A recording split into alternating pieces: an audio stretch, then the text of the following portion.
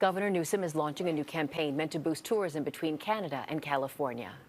The Golden State and Canada have always shared so much in common. Sure, you know who's trying to stir things up back in D.C., but don't let that ruin your beach plans. California, it's the ultimate playground. 2,000 miles from Washington and a world away in mindset. From our iconic beaches and national parks to world-class wine, food, and outdoor adventure, there's something here for everyone. Last year, nearly 2 million Canadians visited California because here in California, we've got plenty of sunshine and a whole lot of love for our neighbors up north. California's been a top destination for Canadians, but travel experts say President Trump's policies on tariffs could change that. All right, let's swing down to the South Bay, where live here at noon, city leaders in San Jose pushing for more to be done to help upkeep the city's many parks and green spaces. Let's listen in together. And safe, open space in their neighborhoods. They shouldn't have to go across the city to access that. But unfortunately, that hasn't always been the case, especially for our working families, and especially in East San Jose. The Healthy Places Index, a measurement that we use to measure the opportunity and the health outcomes of a neighborhood, has continuously rated District 5 as the lowest scored district in the city of San Jose, demonstrated the high need for public amenities such as parks, stemming from historic discrimination. Unfortunately, as you can see by our charts, the way the city of San Jose funds our parks continues to be a remnant of that historic discrimination. Because park maintenance and improvement is mostly funded by development and geographically bound by council district, District 5 and many other districts, actually a majority of the districts here at the city of San Jose, face an extensive repair and maintenance backlog with inadequate resources to tackle it, right? We have a huge backlog and no resources to make sure we can start tackling that. In the past 10 years, East San Jose has only been allocated $12 million to fund all of its parks, stretching resources too thin to tackle the many problems that they face. Despite the diligent effort by our hardworking park staff, and we have some of our hardworking park staff here and our director, our residents are too often are having to see parks with overgrown weeds, blight, and of course deteriorating amenities.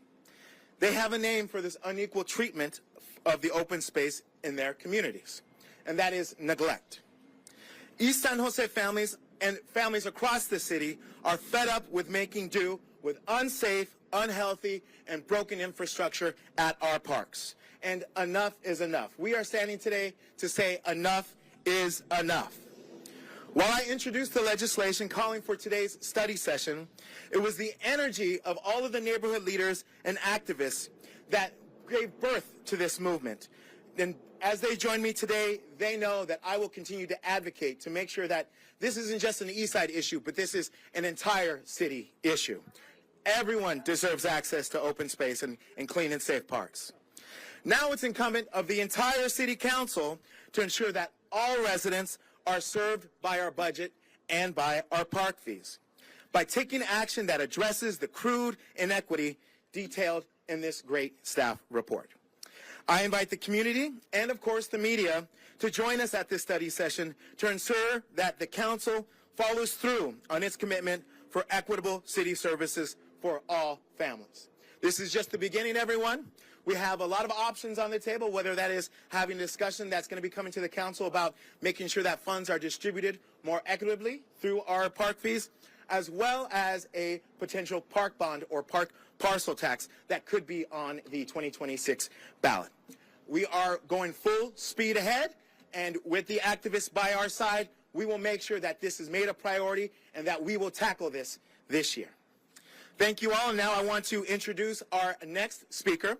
That is Darcy Green, president of the Pleasant Ridge Neighborhood Association in East San Jose, and a parent. Thank you. Thank you, Council Member. My name is Darcy Green. I'm a health justice advocate and someone who deeply, deeply loves my neighborhood in East Side San Jose. First, I want to thank Councilmember Ortiz and the District 5 team for bringing us together and to push to make parks a real priority in our city. I want to talk about something so very simple, how a park can change everything. For a cancer survivor, walking a path can mean healing. For a mom working 2 jobs, a local playground might be the only chance her kids have to be outside and free. For a senior living alone, a park bench may be the only place they feel connected. These are not luxuries. These are basic needs. Parks are an essential resource for community health. They give our kids spaces to move and play and stay active. They provide relief from extreme heat and poor air quality as climate changes. They are places where neighbors gather, where isolation, especially for our elders, is replaced with connection. And we know what the research says. Access to green space reduces chronic illness and improves health outcomes. But when parks are not adequately funded, it's working class families, especially families of color, who lose out the most. In East San Jose, we've seen the consequences of that disinvestment. Our health indicators tell the story. Higher rates of asthma, diabetes, and stress-related illness, conditions that parks can actually help prevent. I'm so glad that this study session is happening. I'm so excited for it and grateful for it. It's time for the full City Council to hold this responsibility, to move beyond talk and make the investments that ensure every family, no matter where we live, have access to clean, safe, and healthy open spaces. Because, let's be real, communities like ours have always made something out of nothing. We've organized, we've fundraised, and we've picked up the trash ourselves. But we shouldn't have to continue doing it alone. We deserve a city that meets us halfway and shows up for us like we've always shown up for each other. So today, we're not here just to ask for better parks. We're here to say we see the gap, we live the impact, and we're ready for change. Thank you.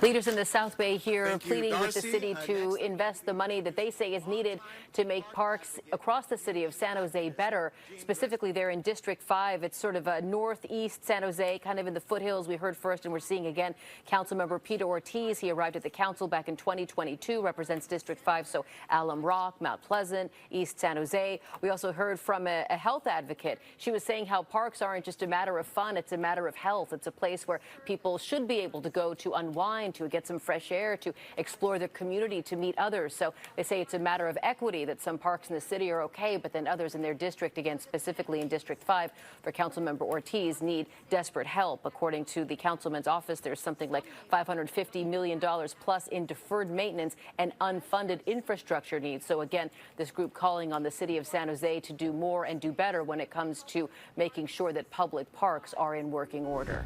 Download Fox Local for more videos on demand.